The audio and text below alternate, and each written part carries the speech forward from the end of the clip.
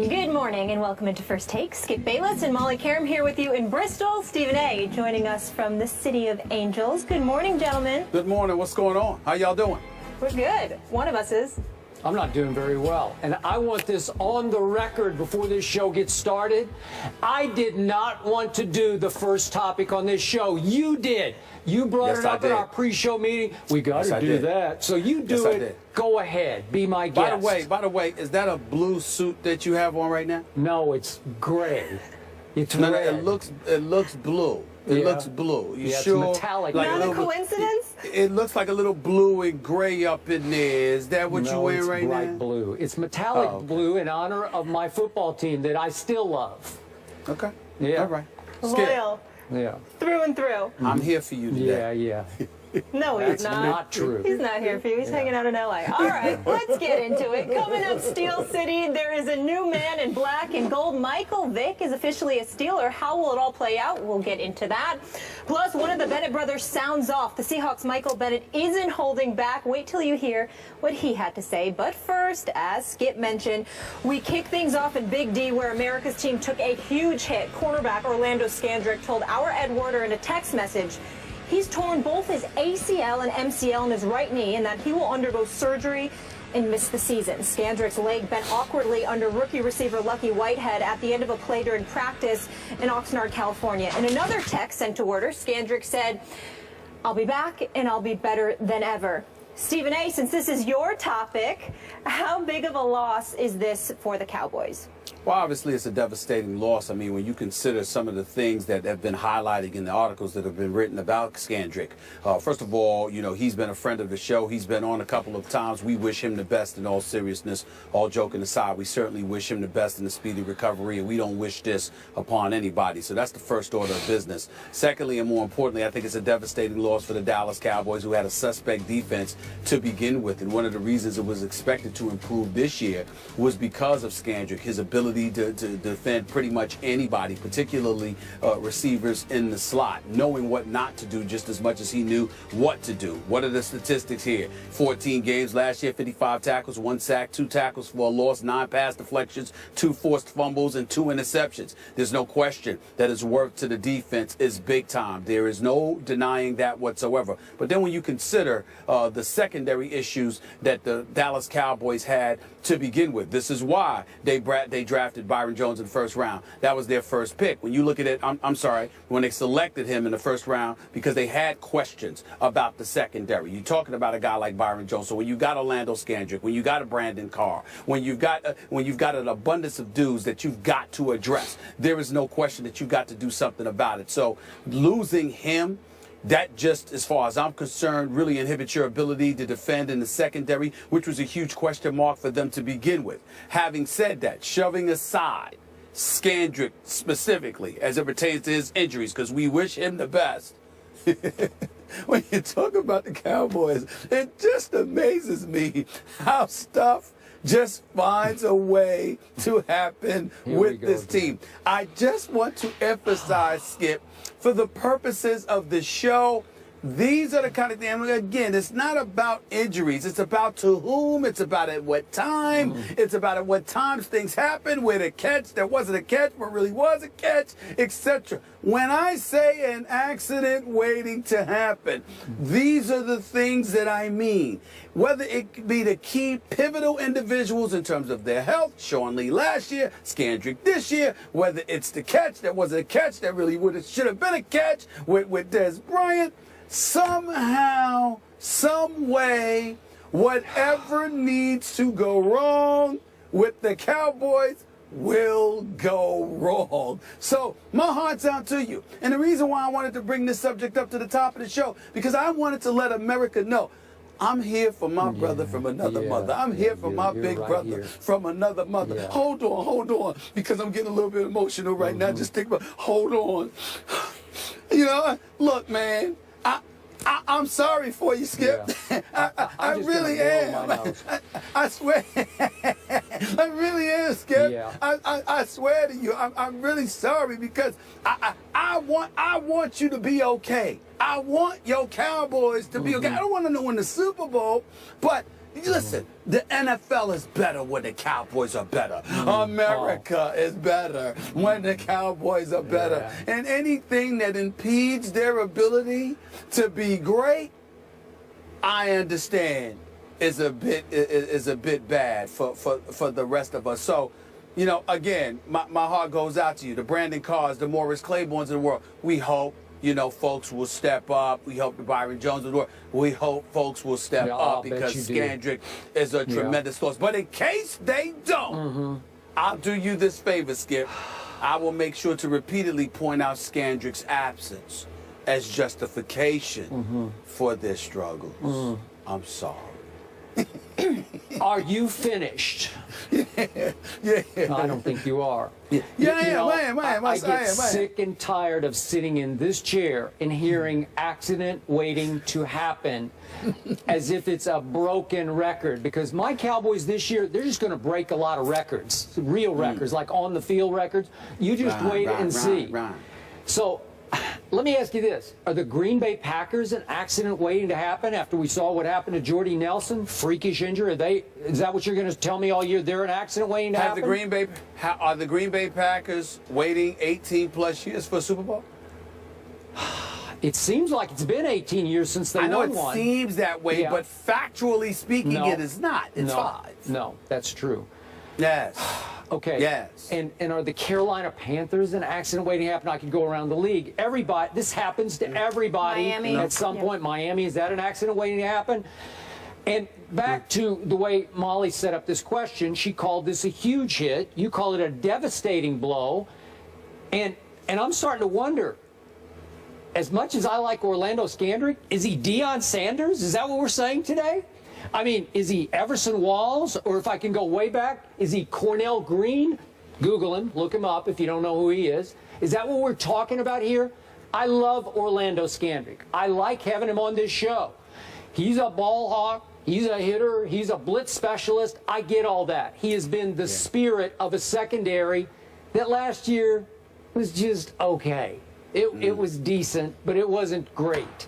In fact, there are many times it wasn't very good, even with the Deion Sanders that is Orlando Scandrick. So God bless him. Hope he heals quickly. Hope he gets back soon. Obviously, it's not going to be this year. But I'm looking at a defense that's still going to be way better than it was last year. You mentioned Molly's own, Connecticut. Did we lose Stephen A? I think you know what? It's I'm good. right here. I don't need you. We just lost. Oh, we lost him. Good. Did y'all lose me? Shut him out. I see y'all perfect. Turn him off. I see y'all perfect. Because we don't need him anymore. It's just Molly and I.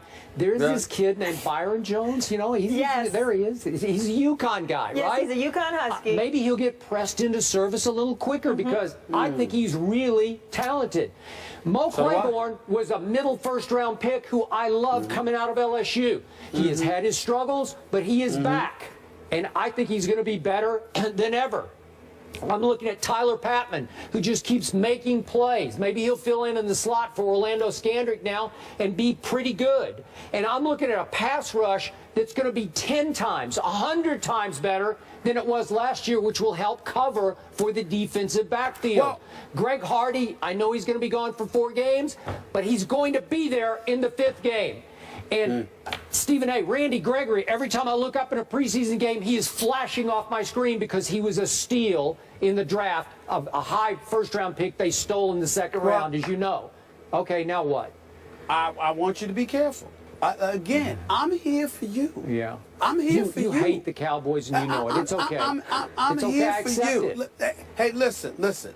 I love watching events at this stadium. It's the $1 billion playpen. I think it's the modern version of the Roman Coliseum. When we're long gone, you know, decades if not centuries from now, they'll be talking about the $1 billion playpen that is that of Jerry Jones. There's no question about it. But and listen, but let's think about who you're relying upon here. I like Greg Hardy as well. I think he's a big time player. There's no question about that. We have to hope he stays out of trouble. Randy Gregory, okay? I definitely think he was a first-round talent. Very disgusted with him because of his behavior, but I know that he's a first-round talent and he's big time. But Skip Bayless, when you struggle to stay off the weed, I don't know if you want to rely upon that when we're talking about the Cowboys. Morris Claiborne, fresh off of torn patella. Fresh off of that. You know, they say he's guaranteed. He's ready. Obviously, he looks all right at training camp, etc., etc. But he's fresh off the torn patella now. So you got to worry about that. Okay, you got to worry about that. So I'll give it to you. The talent is there to offset the loss of Skandrick. But there are issues you know good and well, week to week. You're going to be reading the headlines, praying that these brothers can maintain discipline and consistency and focus. And that is a lot to ask, especially when it comes to the bright lights that come associated with the Cowboys, okay? So let's be clear. I understand what you're saying, and I anticipate that you will have a very, very productive season. But I got news for you, Skip Bayless, and I reserve the right to address this at a later date. I have told you that the Dallas Cowboys would win the NFC East. But it's not just Skandrick. As I sit here and listen to you, combined with what I'm seeing from the Philadelphia Eagles, I just might change my mind about who's going to win the NFC East before this season begins. Stay tuned. We're going to stay tuned for this topic a little later in this show. Who's now your favorite in the NFC East? And we'll see if you switch. We adding that? We adding that? No, it's already in there. You got to stay up to date with what's going on in the show. You're way out there, La La Land. We get that. You're okay. He's chill. You're okay. But you failed to mention one other troubled player that I have coming back after 4 games. Rolando McClain was the best player on my defense last year. He's got a little 4-game suspension he has to serve. Am I going to bank? Am I going to bank on him? I am. I am. Because I think they're all going to shape up and fly right in this defense with the return of a Sean Lee. And you can say, oh, he's been hurt, he's been hurt, he's been hurt. So Sean Lee. I'm going to trust him. I'm going to bank on him also this year. So Sean Much Lee improved on defense. Sean Lee and Claiborne with the injuries, coming back from the injuries. Then you got at least 2 dudes that struggle to stay off the weed. And then you got Greg Hardy. That's 5 dudes on the defensive side of the ball. And you sit back. And you sit back. I trust them. I trust in Dallas, Texas. And, wait, I'm going to help your case one last time. I'm going to throw in one other dude. I'm going to trust Joseph Randle to be my starting running back.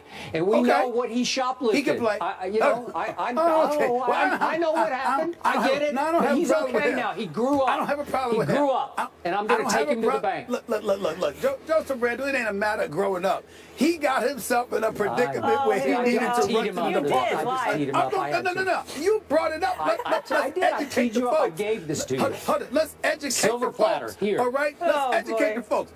The brother might need to, you saying he needs to grow up. No, he just caught himself in a compromising situation where he needed to rush to a department store to steal some cologne and a pair of drawers. Now you figure out why that is. I mean, I'm not even holding it. I don't even consider the brother a thief. He just got caught in some situation. He's trying to cover up something. All I care about That's all that was. All I care about is every time he touched the football last year, 7 yards. 7 yards. Right. That's fine. That's taking him to the bank. All I'm saying to you is that's 6 different dudes, if not 7 different dudes. So you got to hope that some dude don't get himself in a compromising situation where I ain't gonna put his business out there, but we all can imagine why he went and stole a pair of drawers and some cologne. Okay, that's number 1. Then you got 2 dudes, if not 3, with injuries. Then you got 2 dudes that can't stay off the weed, and you got Greg Hardy. All of those things are going to align themselves, right? He ain't got nothing to worry about, right? I got the best receiver in pro football. I got Dez Bryant, and Dez has had a few issues in his past, but they're all in his past now. No. Dez don't belong a part of that conversation because he's been a model of consistency for years. I got nothing but love for Dez Bryant.